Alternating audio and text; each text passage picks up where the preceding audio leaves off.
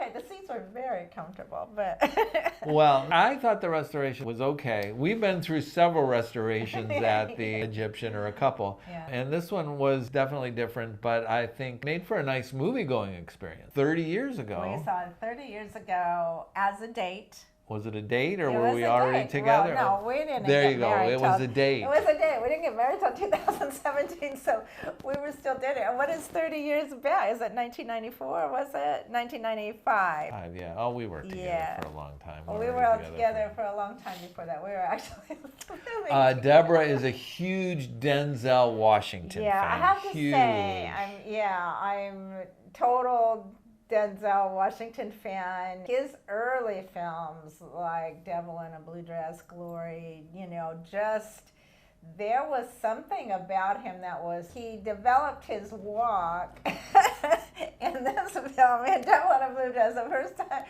He's just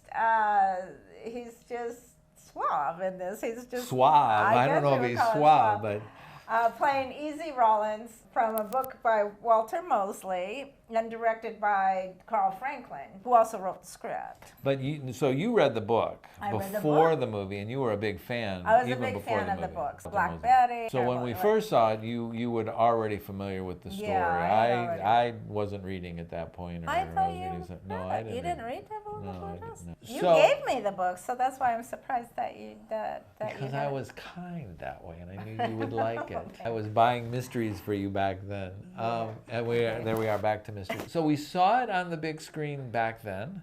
We've seen it several times since then. Well, we own it, and I watch it every once in a while just because I really like it. It's one of those movies that I go back to all the time that has a certain feel, a melancholy feel to it that really... Which I have to say is interesting. Because Because why? generally you do not like film noir. No, I don't generally like film noir, but I'm not sure this is a noir. I guess it is, but... It's definitely I a guess noir. it's a noir. It's definitely a noir. Well, some noir I like. But mostly, you know what I don't like about most of the noir films? Is No, the I want you to tell me. It's just always like, it's Oh, and this has got the going to connecting with sinners again. It's got the bluesy. Yeah, it has very bluesy. And it has the backdrop of the locations of Los Angeles, which were just stunning. Having seen it several times, it's a simple story about a guy who's trying to find a job. He bought a house after the war, and he's just trying to keep making his payments. And so he's looking for work, and a friend says, hey, I got a buddy that needs some help.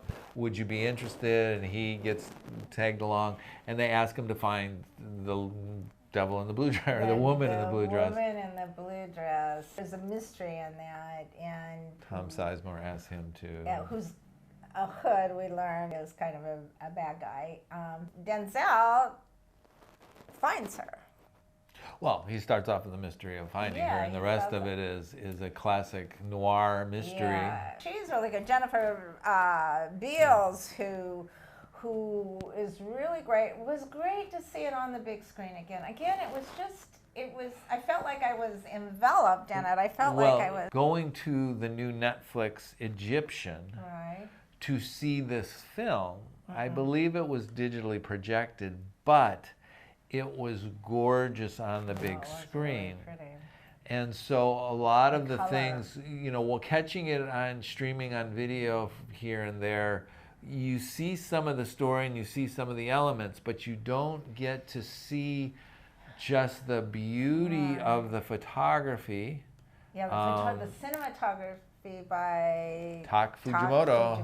Who was just everything was beautiful. Everything was great. And the neighborhoods, and his neighborhood was just lovely. I mean, it was just great. And I'm not sure how they did it, because I'm not sure that it was a gargantuanly budgeted film.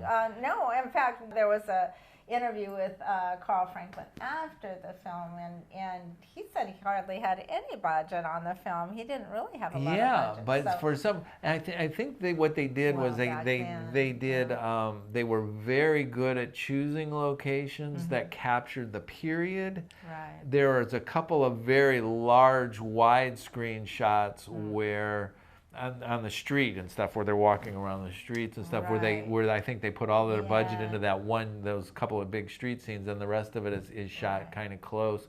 But it moves, it flows. It moves and flows, yeah. There's not, in fact, I remember someone saying in the talk back later, the editing and the pace of the film, it just was so greatly paced. It was really, really wonderful.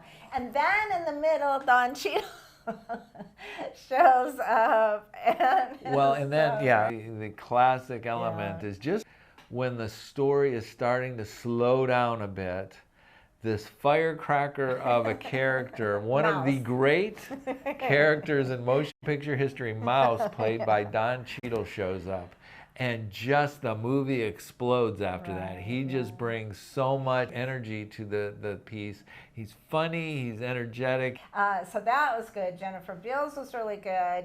And I have to mention Lisa Nicole Carson, who has a little part, but it's just pristine. With her and Denzel Washington have a great scene together, which is it's just so funny. She's really good. Yeah, and she's cute, and she's really, really good. Probably wouldn't be able to see it unless it is a retrospective or somewhere where it's playing on the big screen. I don't know how often they play it. But I think the Netflix theater experience was overall nice because it was very good. The seats were comfortable, the projection was really nice. I mean, they had a lot of people working there, and they do a lot of films. I mean, they're doing the 1975 right now. They keep doing all kinds of cinema like that, and so I hope to go down there again and see some others. Well, not that it matters, but Netflix shows movies there. Right. The Cinematech is still there. The Cinematech is and still so there. they still do their screenings. The screening we saw, though, was from the Los Angeles Film Critics Association. That was actually their presentation. And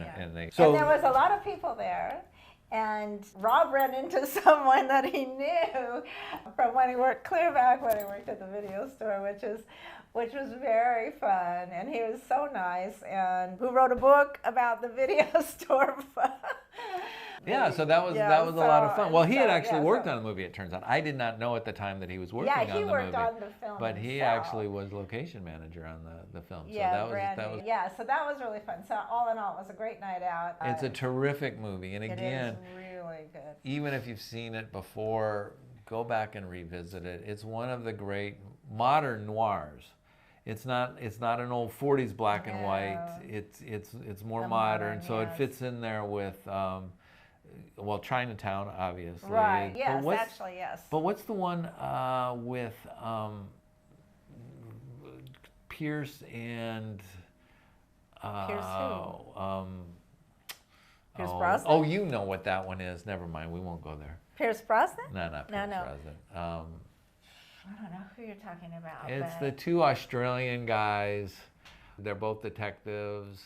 Oh, and Kim Bassinger's in it. L.A. Confidential. L.A. Confidential. Thank you. L.A. Confidential. So it kind of fits in that. Yeah, fits, and it's kind of in that time period a little bit. I guess there were a lot at that time. It was kind of a hip thing. This one I don't think did really well when it came out, because it seems like they would have done sequels because there were other books, but I guess they never could get that going. But it was, like I said, it's a terrific film. And it looked great on the big screen. And it moves well in it. Again, beautiful backdrop of Los Angeles, the bridge, the Pasadena. It was just some really beautiful places and fun characters. Again, just really fun. And Denzel really was great. He was really, really, really good. I guess why I really clicked into it. And so was Jennifer Beals, and she was really, really wonderful in it. Earlier viewings of it, I thought she was a little lightweight for the film. But she fit the part much better. Yeah, she fit the part. I had a little bit more understanding as an older individual too. I think I understood some of the deeper meaning a little more. Right, and I think that yeah, you do get more understanding from it as you age, as we have. The costuming, the costumes were fabulous, and that was something that I had noticed, but I hadn't noticed it as much as I did in this screening, which was, you know, all the different things that Denzel Washington wore, all the different things that Jennifer Beals wore, and everybody else. Everybody else was decked out, and they had, and the cars, and I mean, it was really, really pretty. Well, again, going back to seeing it on the big screen in the third row with a crystal clear projection, you could see the thread work on the edge of her dresses and things. And so it was, it was quite really spectacular. Quite beautiful, and a good talk back at the end with Carl Franklin, and so it was a really fun evening, and we will go to the Netflix Egyptian again and go see some more films when they come up, the things that we would like to see. Cooley High's coming up. Oh yeah, Cooley. Okay, think about that too if you live in Los Angeles, about going to see. Is there Devil in the Blue Dress? Oh, 4 cats. Yeah, 4 cats. Everything's 4 cats today. I mean, 4 cats. If I could give it more, I would, but we need to review a 1 or 2 cat one just which we could do. I suppose. Do that. We do see 1 and 2 cats. We just don't like to talk about them too much. Yeah, we don't. But this was definitely a 4 cats. We try to give you the better of what we see. Good. Yeah. Okay. I think we're feeling okay. Tonight.